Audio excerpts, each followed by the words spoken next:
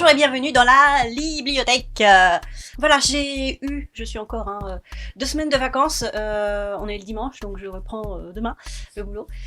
J'ai eu 2 semaines de vacances et que fait une libraire quand elle est en vacances? Eh bien, elle fait ce qu'elle ne peut pas faire au boulot, c'est-à-dire elle lit des livres. Tada! Donc, je vais vous en parler. Ça vous étonne pas parce que c'est ce que je fais d'habitude. Je commence tout de suite parce que la dernière vidéo là sur les thrillers, elle était beaucoup trop longue, donc je vais aller un peu plus vite. Je vais commencer tout de suite par le livre dont je vous parlais la dernière fois, que j'étais en train de lire la dernière fois, que je venais de commencer en fait. C'est Le Dard du Scorpion de Douglas Preston et Lincoln Child aux éditions J'ai lu. Donc c'est le tome 3 des enquêtes de Nora Kelly, je vous en ai déjà parlé, allez voir mes vidéos précédentes. Nora Kelly, c'est un personnage qu'on retrouve aussi dans les aventures, les enquêtes de Pendergast, agent très très spécial du FBI, et Nora Kelly est donc archéologue, et cette fois-ci, elle est appelée sur une scène bizarre, on va dire, puisque Cory Swanson, une jeune agente du FBI, l'appelle pour déterrer correctement un corps qui n'est pas si vieux que ça, c'est pas de l'archéologie à proprement parler, c'est juste un corps qui est là depuis une 60aine d'années peut-être, mais il est bien enterré, et comme le FBI ne veut pas gâcher des preuves, etc., il faut que ce soit bien fait. Donc Nora Kelly vient déterrer ce corps. Ce corps a été trouvé par Cory Swanson, mais pourquoi? Parce que on est dans un village fantôme aux États-Unis, un petit peu un village de cow-boys, de western, etc. Et un shérif a surpris quelqu'un en train de déterrer quelque chose. Cette personne a tiré sur le shérif a tiré sur la personne, bref, et ils ont trouvé des choses bizarres. Le FBI est venu enquêter, et voilà, et ils ont tiré le corps. Je vais pas tout vous raconter parce que c'est pas le but. Donc là, ça change un petit peu, c'est plus des fouilles archéologiques à proprement parler, c'est des fouilles récentes. On parle... Qu'est-ce que je peux vous dire? Je peux pas vous en dire trop. Ça change un petit peu justement des 2 premières enquêtes où il s'agissait pour l'une d'un trésor Anasazi, donc c'était très vieux, et l'autre ça datait du 19e siècle, où c'était un peu la ruée vers l'or. Donc, ruée vers l'or, folie de l'or, on retrouve encore ça ici, bien sûr.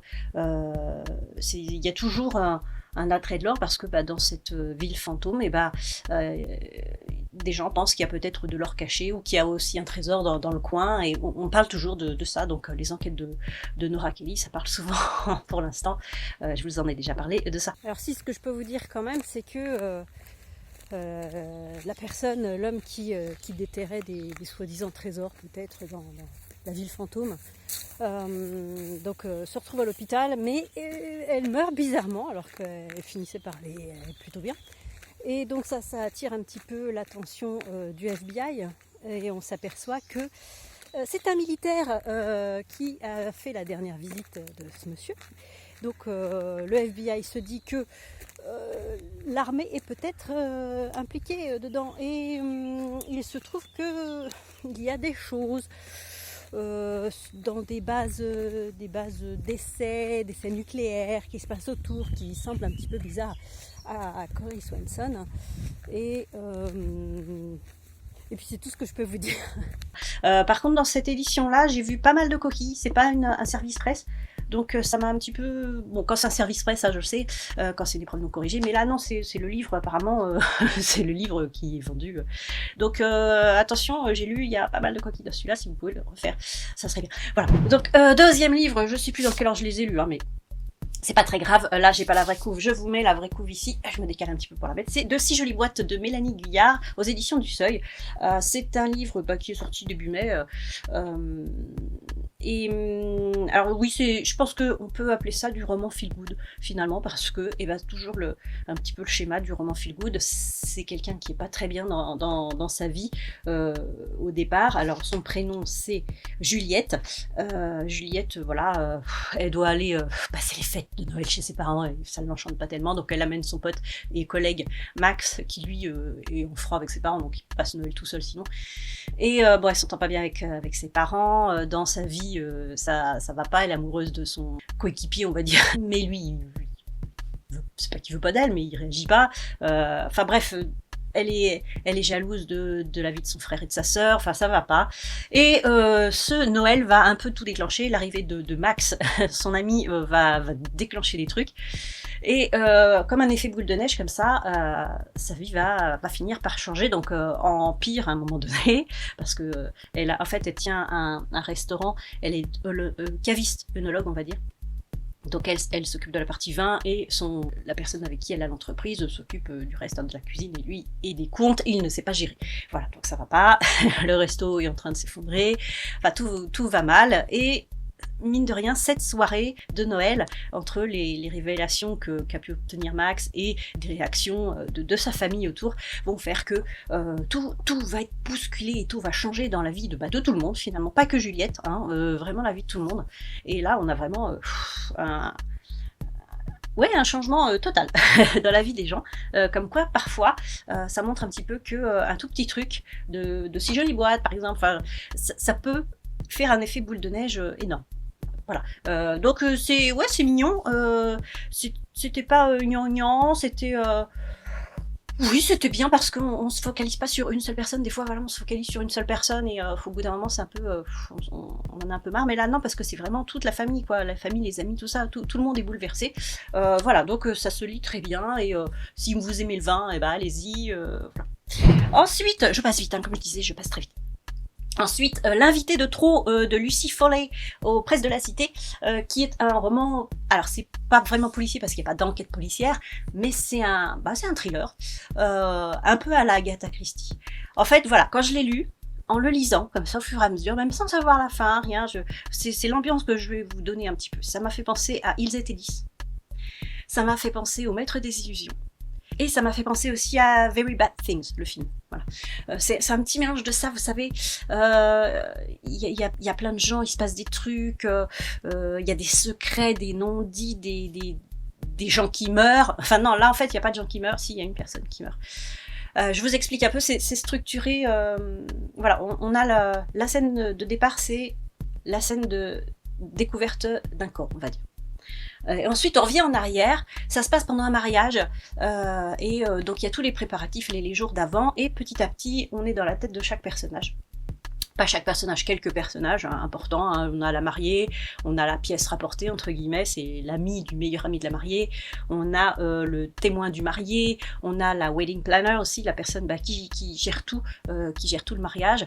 Voilà, donc à chaque fois, et petit à petit, on s'approche de la date fatidique de la découverte du corps. Ça se passe sur une île au large du Connemara, donc un peu isolée, comme je vous dis dans les étés 10. Hein, voilà. Et à chaque fois qu'on est avec un personnage, on en apprend un peu plus sur son passé, ses questionnements, sur ses regrets, sur ses peines. Et voilà, et c'est très bien fait parce que petit à petit on grimpe comme ça, on s'aperçoit qu'il y a des trucs louches, on s'aperçoit que je veux pas vous spoiler du tout, hein, ce serait trop dommage, mais il est vraiment très bien. Et ouais, j'étais très agréablement surprise. Je pensais que c'était plus thriller que ça, mais là, si vous aimez vraiment Agatha Christie, là je vous le conseille vraiment parce que c'est vraiment tout à fait ça, mais dans un style beaucoup plus contemporain forcément. Et donc tous les protagonistes, on apprend un petit peu plus de choses à chaque fois sur leur passé. Et donc on s'aperçoit qu'il s'est passé peut-être quelque chose pendant l'enterrement de vie de garçon.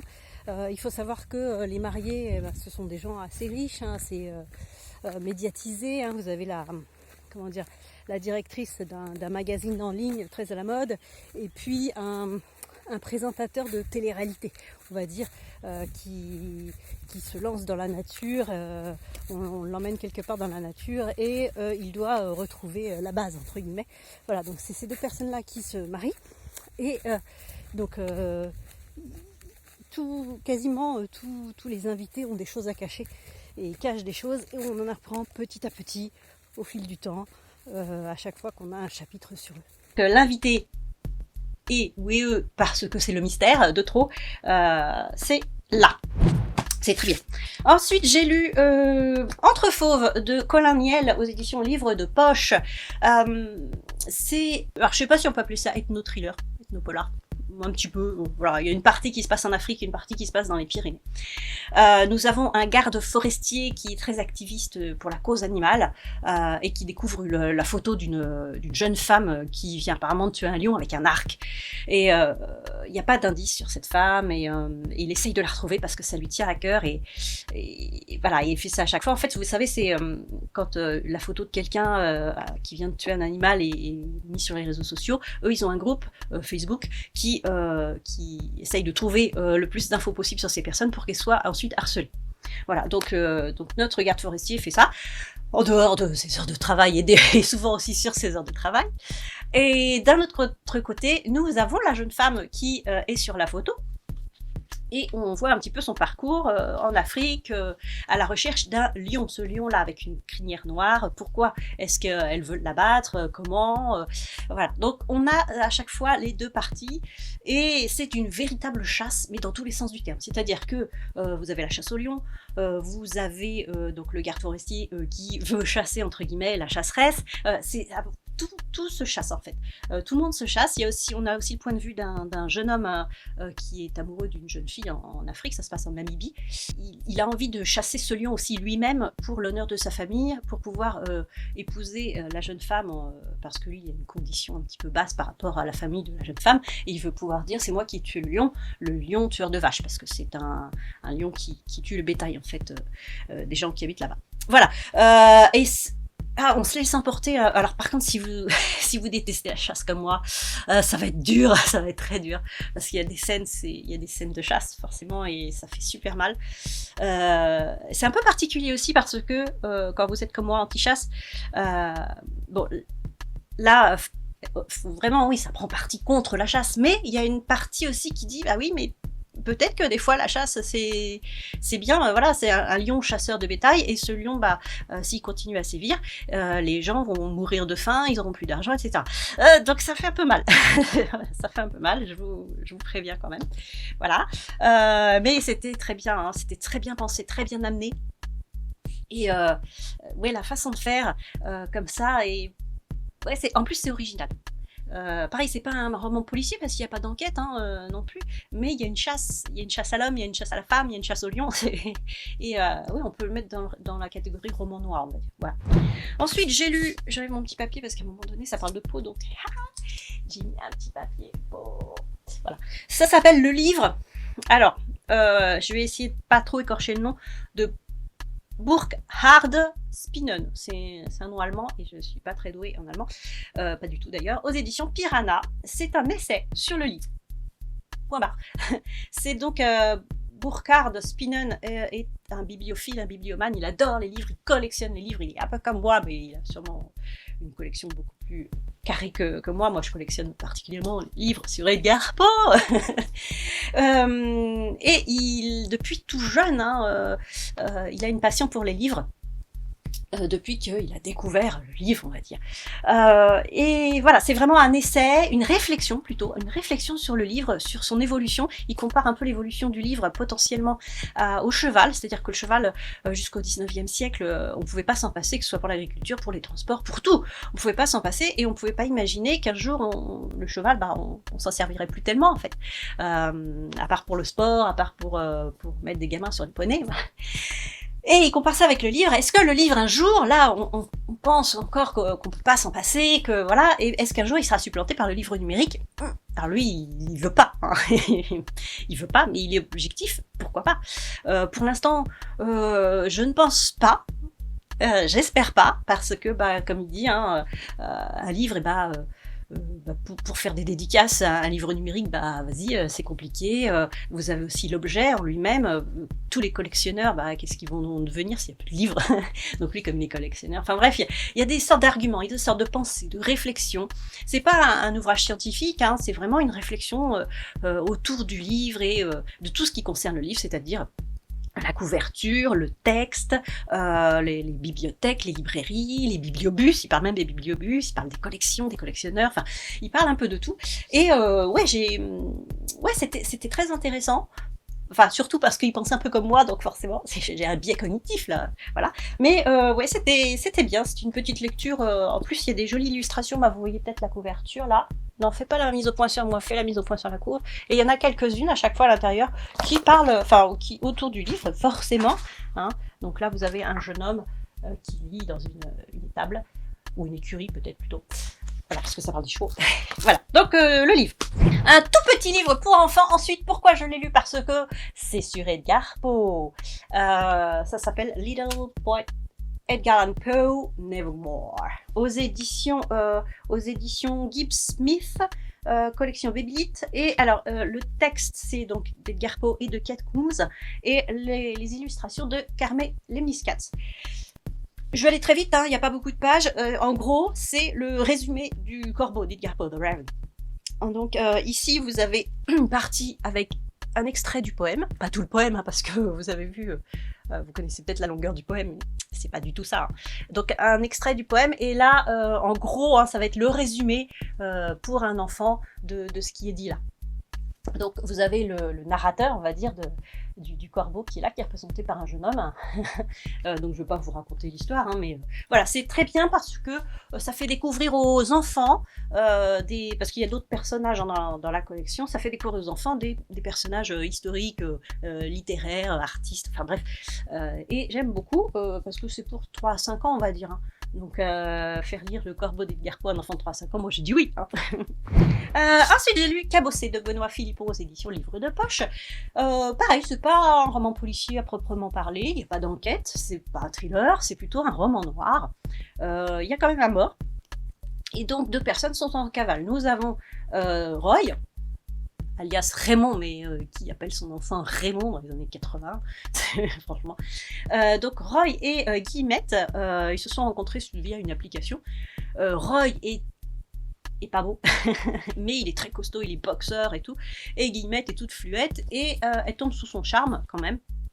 Lui, il en revient pas.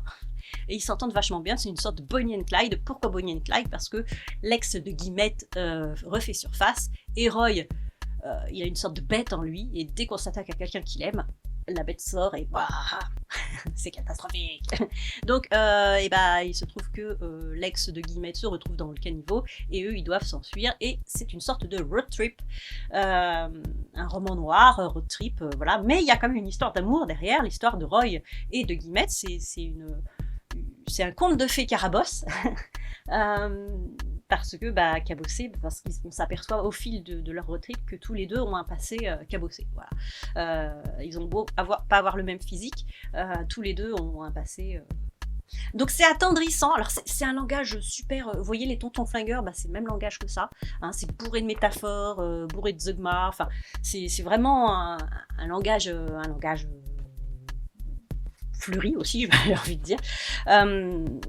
Si vous avez lu, alors c'est le même auteur que Mamie Lugger, si vous avez lu Mamie Lugger, vous allez la retrouver là-dedans. Moi je l'ai pas lu, mais voilà, vous allez la retrouver, c'est un personnage absolument délicieux. C'est donc une amie qui a un fusil de la guerre, et elle s'en sert, et elle a un langage encore pire que cela. Donc c'était drôle, et à la fois un peu émouvant quand même.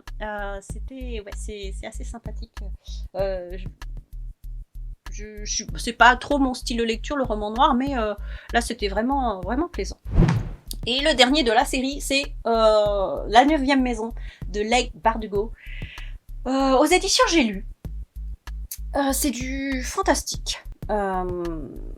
C'est du fantastique, ça se passe à Yale, et nous avons une jeune femme qui est recrutée par la 9e maison, la maison du Lété, parce qu'elle a un don, elle voit des fantômes.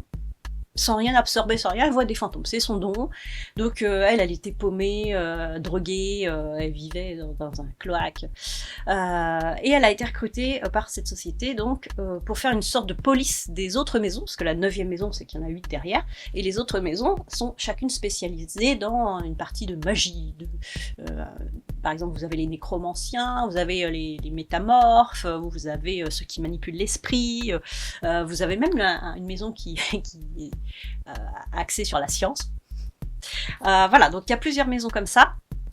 Et elle et son mentor, donc elle, c'est Galaxy, dite Alex, dite Dante.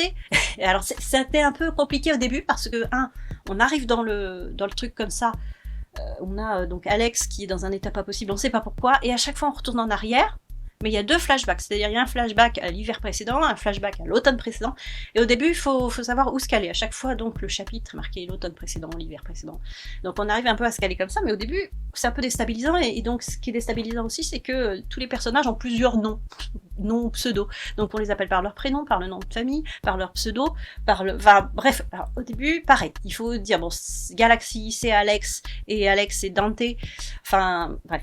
Donc Dante, Alex, Galaxy est recruté par Daniel Darlington, Virgile, pour, il va la coacher en fait, on va dire, hein, ça va être son apprenti. Pour faire la police au sein de toutes ces familles et vérifier qu'à chaque rituel, il n'y ait pas des fantômes qui arrivent, il n'y ait pas des... Oui, un peu comme Ghostbusters, mais en préventif. Voilà, c'est super bien construit, c'est super bien pensé. C'est vraiment une enquête, hein, pour le coup, c'est du policier, mais fantastique.